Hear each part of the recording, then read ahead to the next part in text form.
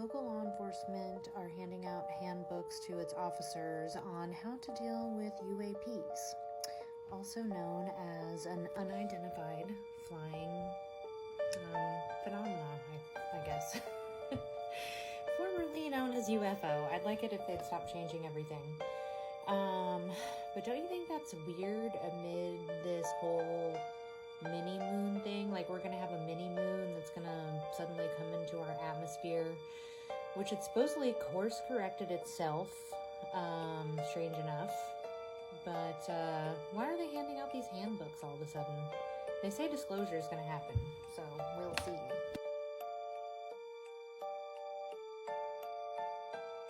Agencies across America are taking notice of UFOs, and now they want a way to track them. Major cities chief association, I should say, is a forum for police executives.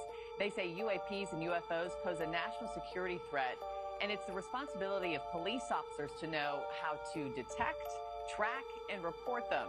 That's why they just sent out an 11-page UAP guide to police departments all over the country. Joining me now, we have Johnny Jennings, police chief for the Charlotte-Mecklenburg Police Department. Chief Jennings, always good to have you on the show. As you know, unidentified flying objects have gotten way more play in the last year than ever before, but I think a lot of Americans still hear this and say, what? Walk us through this handbook. Yeah, I think it's the same as anybody else. Police officers and police chiefs across the country, they say the same response. What? And but when you look at the entire aspect of what's going on and what has been going on, it's really just an awareness situation to say that, hey, these things are out there. They're happening, whether you believe in what the origin of them are or not.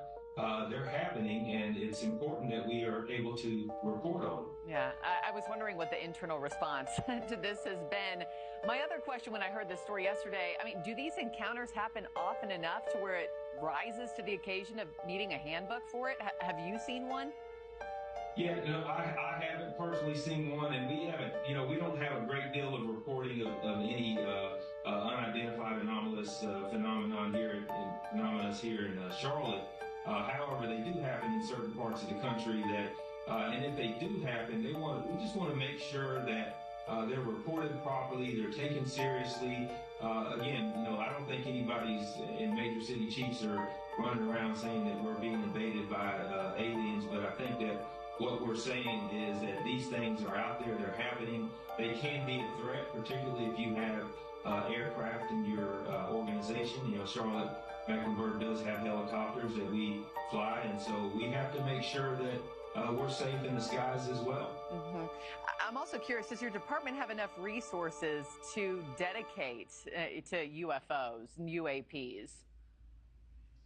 Well, there's really no resources to dedicate to it. I think what the booklet and handbook that we're talking about is simply that an awareness handbook, and as well as information on, hey, let's take these serious. If your aviation team or if any of your officers do encounter something that's strange out there in the skies or the skies, land, or even in the water, that it's important to report that, and that we start tracking it as best we can, because we just, you don't know until something happens, or you don't know until you know that you have to be safe in the skies as you're flying our aircraft as well, and that's important to make sure that we're tracking these incidents. Yeah, you don't know until you know.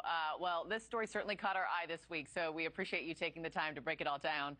Chief Johnny Jennings, thanks so much, sir.